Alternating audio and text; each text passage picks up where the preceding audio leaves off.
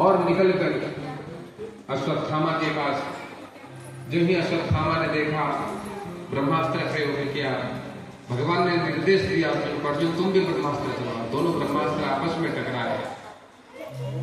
अर्जुन ने अश्वत्थामा को पकड़ा। भगवान ने कहा कि अर्जुन यही मारो इसे, तुरंत दंड दो। आतताई बधान, ये आतताई है, इसने इतना नीचे कर्म किया है, सोए हुए विहंते बालकों को मारा, छोड़ो मत इसे। भगवान कह रहे हैं मारो इसे नहीं। अर्जुन कह रहा है कि ध्यान नहीं मारूंगा। देखो भगवान क्या कह रहे हैं, जो भगवान कहते हैं कि हिंसा करना पाप है, वही भगवान अर्जुन से कह रहे हैं कि मारो इसे। क्यों?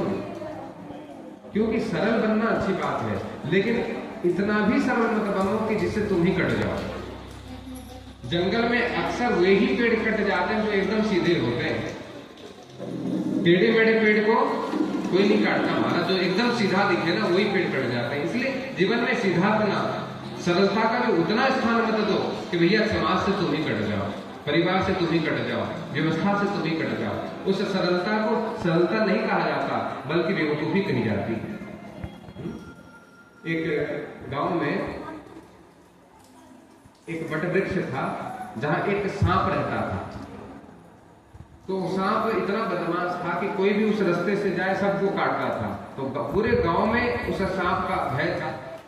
लोग दूर दूर तक उस वट वृक्ष के पास नहीं जाते थे।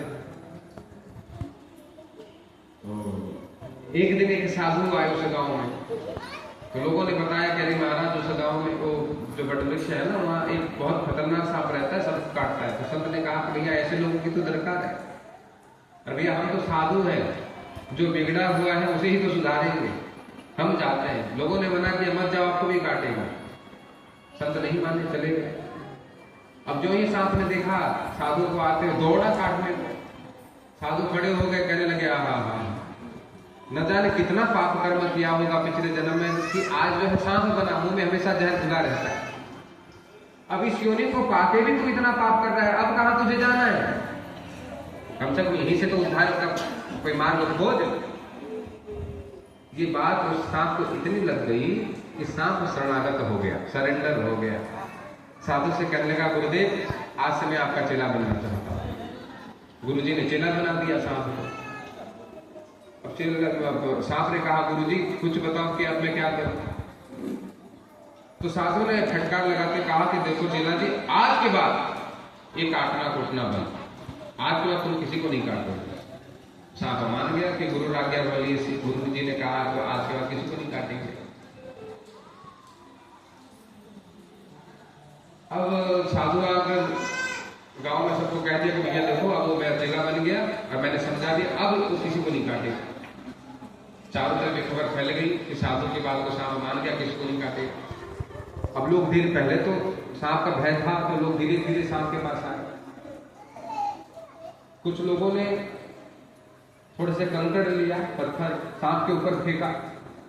बेचारा सांप अपने धर्म का पालन कर रहा है, चेला धर्म का। साधु ने कहा, गुरुजी ने कहा कि इसको काटूंगा, चुपचाप पड़ा हुआ है। लेकिन दुनिया भी मजा लेने वाली है ना। जो कल तक उस सांप के डर से उस रास्ते से नहीं जाते थे, आज लोग उस सांप के पास आ गए। पहले तो कंकड़ मारा, फिर भी सांप चुपचाप। लोगों का विश्वास और बढ़ गया, अरे ये तो हकीकत में नहीं काट रहा।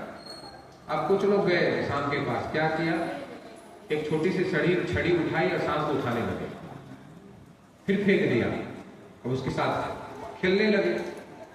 कुछ बच्चे इतने शरारती कि सांप के पूंछ में ही लेकर अपना पैर रख दिया, आप देखें काटता है कि नहीं, बताओ।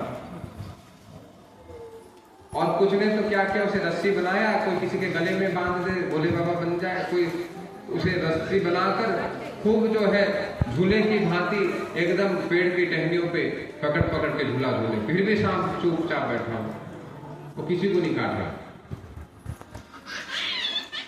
अब ऐसी दुर्दशा हो गई कि कल तक जब सांप चाटता काटता था तो लोग उसके पास नहीं आते थे, बढ़िया शांत से पड़ा रहता था, खूब मौज से खाता था। अब साधु की बात माना, बेचारा ऐसा हो गया, मरणासन्न हो गया, एकदम हाड़ पंजरा सब दिखने लगा, भूखे प्यासे एकदम शरीर की ऐसी दुर्गति हो गई महाराज, जो आता वो सांप की दुर्गति करके जाता।